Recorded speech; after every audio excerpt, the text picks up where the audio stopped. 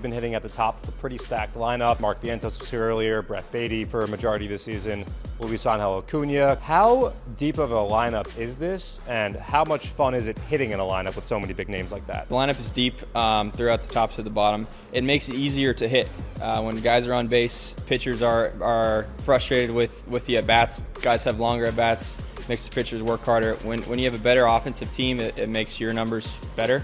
You guys have more guys on base, better opportunities for you to succeed. And when you got veteran guys, you pick their brains on approaches, what they're looking for, and then you kind of get to see help your plan and go from there. The impact Jose Iglesias had on the team when he was here earlier this year. Did you get a chance to learn anything from him? Well, every day Iggy would come up to me before the game, usually after a hitter's meeting, and say, "Hey, what's your approach?" And he would pretty much make me say, "Hey, what my plan was for that pitcher," and it helped him with his approach. He'd see what I thought, and then what he would do first. That guy, he's been around the game so long. He helped me defensively, and an overall great guy. Hey, we're meeting at the Apple. I'm Vito Calisi. That's Jonathan Barron. You can follow me on Twitter at Vito F. Calisi. You can follow John on Twitter at JMD9191. We're here in Lehigh Valley where the Iron Pigs play, and we're here with Luke Ritter, Syracuse Mets player. Luke, how you been since we saw you last in spring training? What's this year been like for you? Honestly, it's been a lot of fun. The fact that I get to, last year I was injured at the end. I've been healthy for majority of the season. I've stayed on the field. We've had a good group of guys here, first half, second half, good position players, good pitchers. It's been a lot of fun. You mentioned the injury. On Future of Flushing last year, we were all aboard the 30 home run Luke Ritter club. Obviously, it didn't come to fruition with the oblique injury, but there is a good chance this year. What has helped you be so successful in 2024 at the AAA level, full season? It's probably being more consistent. Most pitchers make mistakes, and in order to be consistent, hitting those mistakes leads to success. Sticking with your approach, your plan, getting with the hitting coaches, and just trying to be as consistent and getting better every day as you can. Now, what goals did you set for yourself overall for this year? My main goal is to stay healthy. I think all the other goals are attainable if you're on the field for a full season. My goal is to obviously make it to the big leagues every year. That's been my goal every year in the minors. In order that you have to stay healthy and be on the field to produce a product to get up there. So just continue to grind and get better at this tough game. And this team has had a lot of success this year. You've been hitting at the top of a pretty stacked lineup throughout the season. Mark Vientos was here earlier, Brett Beatty for a majority of the season, Luis Angel Acuna, a couple former big leaguers, Mike Brasso, Yolmer Sanchez, DJ Stewart. The list goes on and on. How deep of a lineup is this, and how much fun is it hitting in a lineup with so many big names like that? Yeah, definitely the lineup is deep throughout the top to the bottom. It makes it easier to hit. When guys are on base, pitchers are frustrated with the at-bats. Guys have longer at-bats, makes the pitchers work harder. When you have a better offensive team, it makes your numbers better. You guys have more guys on base, better opportunities for you to succeed. And when you got veteran guys, you pick their brains on approaches, what they're looking for, and then you kind of get to see help your plan and go from there. But our offense has been one of the strengths of our team this year for sure. So we were talking to Dick a minute ago, and he was telling us about the impact Jose Iglesias had on the team when he was here earlier this year. Did you have time with him? Did you get a chance to learn anything from him? Yeah, well, every day Iggy would. What I really liked is he would come up to me before the game, usually after a hitter's meeting, and say, "Hey, what's your approach?"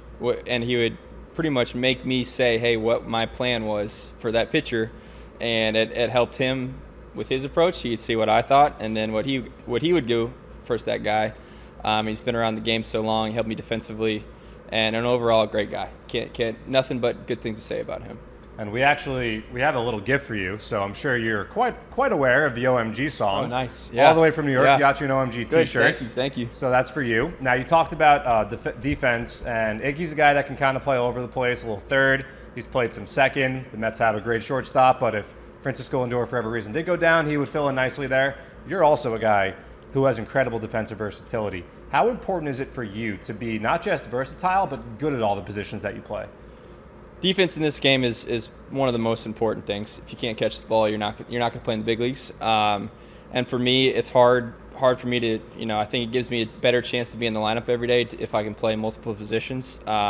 So this year I've been playing a little bit more left field, which gives me another option for me to be in the lineup. But any way I can get in the lineup is my goal. And if it's in a different spot every day, it's okay. You just got to play good defense, and usually good things will happen.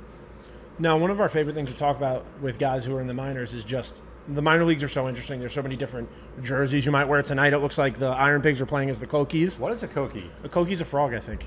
Judging by the frog playing They guitar. love animals here in Lehigh Valley. They do. The Iron Pigs, the frogs. I mean, I wonder what other creatures. But what's your favorite jersey you've ever worn? Ooh. I got to think on that. When we asked this I always like the superhero ones. If it's either in Binghamton or the in Marvel, Syracuse, the Marvel Defenders, whatever they've gotten there have always been great. What about the strawberry? What was it? Shortcakes. The shortcakes. Yeah. Those were good. Or the potatoes. The salt potatoes in Salt Syracuse. potatoes. We've worn those quite a bit. There was one in Binghamton. It was like the spin something. I'm trying to think. There's been so many, but the more you wear it to New Jersey, it's kind of fun. So when we talked to Gilbert Gomez in Brooklyn, they Oh were my getting gosh. ready that night to play as the Oat Milkers. Yep. Was that a minor league wide thing? Minor league Oh, wide. so you it wore wasn't, that too. It wasn't Every just team. A-ball. Yep, And you had every player team. on the back. And, Yep. And Dick had to have coach on the back Yep. or manager on the Yep. back. I think every team in minor leagues has to wear that at least one game. Yeah, they paid good money for it. Yeah. Speaking of Brooklyn, when you were there, you knew someone that we know pretty well, and that's Keith Raad. Oh. Now the radio voice of the New York Mets. We love Keith. He's been on our podcast a couple times. You have a funny Keith Raad story that maybe we can razz him about? Funny Keith story. I'm trying to think. Come back to me on that because Okay. I usually, from my family and friends watching my games, they've got high praise for Keith Raad, saying he's one of the best, if not the best, announcers they've had in all of my games. So nothing but good things to say about him. He's a good close friend too. But I'll think on that. Well, if we can razz you for a second, spring training. Here we go. John and I are driving by in a bullpen cart. We see you, talk to you for a second. Chiefs had just won the Super Bowl. We said to you, Must be nice. Must be nice. Didn't we say? I think we said must be nice. You must be pumped right now. How's it feel? And what did you say to us? I said they could lose every game for the rest of the season, and I would still be happy. Yep, I've gotten more success and love and joy from that the last 2 or 3 years from Patrick Mahomes and the Chiefs. My football, I got nothing to. We're Jets fans. So Mecole Hardman, cut by the Jets, disaster, picked up by the Chiefs, Super Bowl champion, just like that. They got a good ball club over there. That QB number 15, he wins you a lot of games. Did you get into Taylor Swift a little more this year? I did not. I just knew she was good for the fans in NFL, and obviously brought more viewership for sure for the Chiefs. Yeah, the thing is, her boyfriend, I feel like the production, like you play fantasy football, I'm guessing, right? I do, yep. He's not tight end 1 or 2, I don't think anymore. Do you agree with that? All I know is he Like Sam Laporta. He showed up when it counted in the playoffs. He did. And was the old Against the Travis Ravens Kelce, especially. the old Travis Kelce that we all knew, and kind of carried the team in the playoffs. Is Mahomes QB1 in fantasy? For me, Yeah. if I'm drafted, Yeah. I take a different strategy. I go QB late. I like my running backs and receivers early, but I'd rather take a running quarterback. Josh Allen, Jalen Hurts. But I do think they What will. about Lamar? I like Kyler Murray a little better. Really? Yeah. Even he never plays. This year, I'm hoping he's healthy. He's Yeah, one you of my got a Cardinals sleepers. team that- Just did a draft last night. He's one of my guys. Do you have a draft here with those? We do. We have one tonight. So we have one after. Who won last year? Who won last year? Justin Jarvis won our league Justin last year. Jarvis, Yeah. all right. And who's in the league, if you don't mind giving us a We little got insight? Mike Vassell, Beatty, Grant, Hartwick. Yep. He's a smart guy, by the way, doctor, so you got to be careful with him. He knows his fantasy. Yeah. DJ Stewart, Blade Tidwell, Hayden Singer. I'm probably missed a couple. But we have most of the position players and a couple pitchers thrown in there. Who's from the team. commissioner? I am. I'm the commissioner. Whoa, Yep. okay.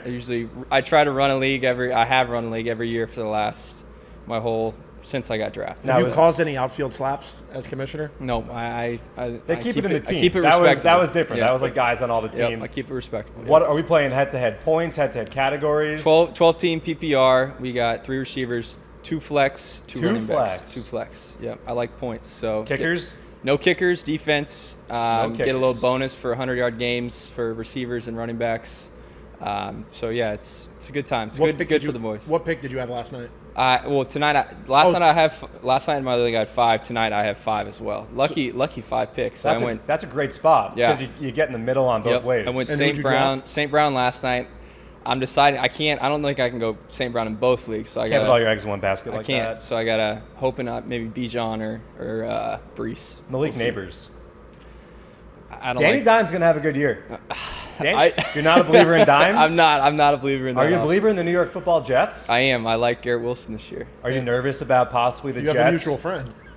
Well, I'm not nervous about it, but I think the team that is going to give them the most trouble is Cincinnati and Houston. Houston, I think, is a good Yeah. offense. Yeah. Does Brett have dibs on Garrett Wilson in the fantasy league? Like, is it like Honestly, well, where his pick is in our draft tonight, it kind of, I think he's 8 or 9, so it kind of lines up with Garrett Wilson. Yeah. I took Garrett Wilson in a draft last year.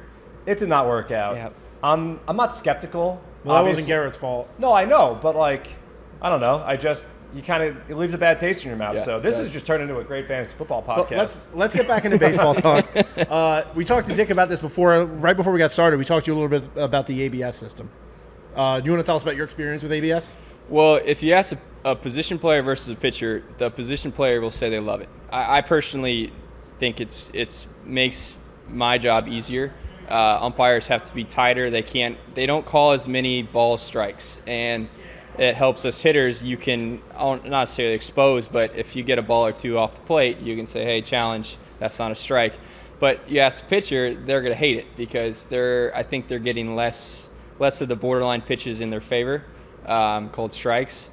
But it helps you minimize your on-edge swings, and you can hunt middle and trust that the umpires get to call them a ball.